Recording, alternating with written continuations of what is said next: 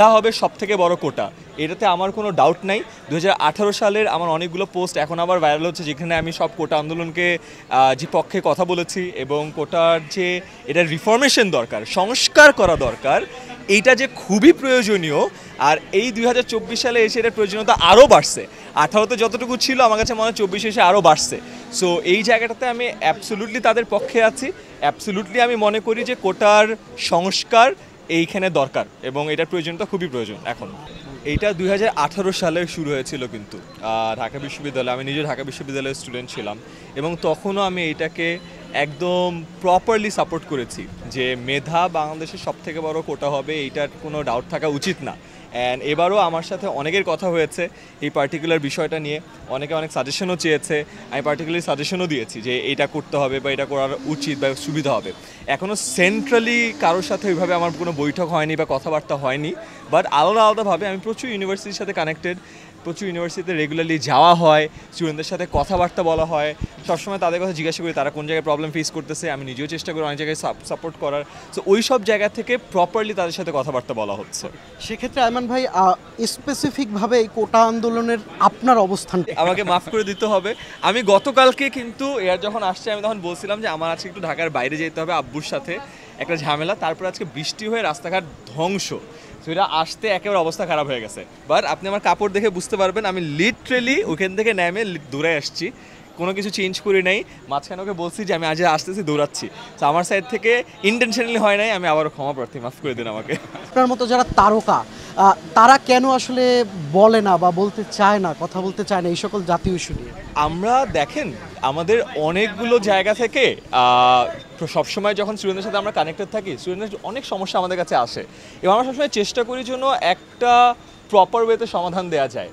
দেখেন আমি বা 10 মিনিট স্কুল বা আমাদের সাথে যারা কানেক্টেড আছে, বন্দি পাঠশালা আছে, আমরা সবাই চেষ্টা করি স্টুডেন্টদের সাথে থাকে তাদের কথাগুলো শোনা। কিছুদিন আগে যেমন একটা এইচএসসি পরীক্ষা নিয়ে একটা ঝামেলার শিকার হয়েছিল স্টুডেন্টরা, তারা চেষ্টা করছিল পরীক্ষা পেছানোর জন্য।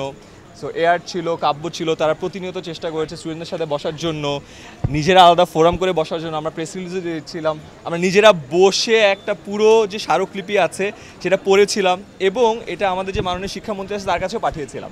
দেখতে হবে যে ব্যক্তি পর্যায়ে আমরা তো আসলে প্রাতিষ্ঠানিক পর্যায়ে বা ব্যক্তি পর্যায় থেকে একটা চেষ্টা করতে পারি, বাট প্রশাসনিক কোনো ক্ষমতা বলা আমাদের কাছে নাই। তো আমরা চেষ্টা করি গুছিয়ে যদি একটা জিনিস সরকারের কাছে, যারা কিনা এই ব্যাপারটা নিয়ে অ্যাকচুয়ালি পদক্ষেপ গ্রহণ করতে পারবে, তাদের কাছে নিয়ে যাওয়া যায়, তাহলে তারা এখানে একটা সুরাহা করতে পারবে, এবং সেই চেষ্টা আমাদের সবসময় ছিল, এবং এইচএসসির ক্ষেত্রে আমরা সেই কাজটা করেছি। এখনই আমরা অনেকের কাছে কথা বলছি, আমি রেগুলারলি আপডেট নিই যে কী হচ্ছে, কী করা যায়, কী সাপোর্ট দেওয়া যায়। দেখেন আমাদের সোশ্যাল মিডিয়াতে যারা আছি তাদের এগেনস্টে একটা কমপ্লেন থাকে, যারা খালি কথা বলে, একটা ভিডিওতে এসে কথা বলে, এই কমপ্লেনটা আমার নামেও আছে।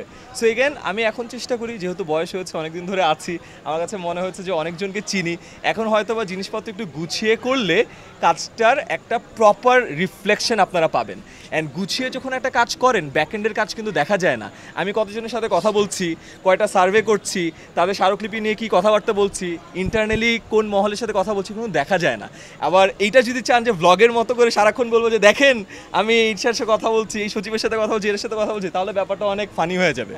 Super awesome. আমি তো খেলাধুলা খুবই পছন্দ করি। আমি দৌড়ানোটা সব থেকে কম পারি, এটা রিসেন্টলি শুরু করছি, বাট বাকি সব খেলাই পারি।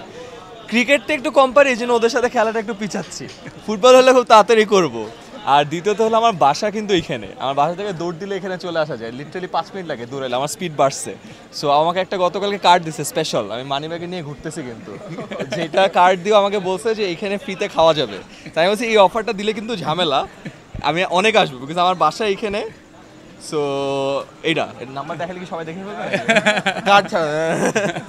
So I am very excited. আমার বাসা এখানে, খেলাধুলা অনেক পছন্দ করি, খেলাধুলা দেখতে অনেক পছন্দ করি, খেলাধুলা নিয়ে যাই সব মানুষ কথা বলা পছন্দ করে তাদের সাথে আড্ডা মারতে অনেক পছন্দ করি। সো ওভারঅল আমার জন্য একটা উইন উইন জায়গা। প্লাস এয়ার প্লাস সৈকতকে অনেক আগে থেকে চিনি, ওরা যে একটা করতেছে নতুন একটা উদ্যোগ, ওরা খুবই ভালো উদ্যোক্তা, নতুন একটা উদ্যোগ তৈরি করতেছে, এটাও অনেক ভালো হবে উইদাউট আ ডাউট। ফুডটা কেমন হবে এটা এখনো বুঝতেছি না, একটু পরে টেস্ট করবো। বাকি সব জিনিস নিয়ে 100-100। এই সিসে সেটা হতে পারে এডুকেশন, হতে পারে যে কোনো কিছু।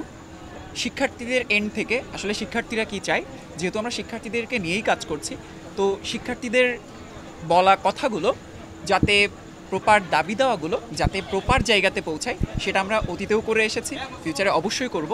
কারণ শিক্ষার্থীরা জাতির মেরুদণ্ড, তাদেরকে দিয়েই ফিউচার বাংলাদেশ গড়ে উঠবে, ডিজিটাল বাংলাদেশ গড়ে উঠবে। তো এই ধরনের যতগুলো মোমেন্ট এসেছে, শুধু বন্দি পাঠশালা না, আমরা যতজন এর থেকে টিচার আছি সবাই সম্মিলিত হয়ে কাজ করছি। অতীতে বেশ কয়েকটা কাজ একসাথে করেছি এবং সামনের দিনগুলোতে ডেফিনেটলি একসাথে কাজ করব। অনেক কৃতজ্ঞ আমরা আমাদের মধ্যে থেকে যে চমৎকার যে কথাগুলো শুনলো, শিক্ষার্থীরা অনেক বেশি অনুপ্রাণিত হবে এবং ভরসা পাবে। Thank you. Thank you.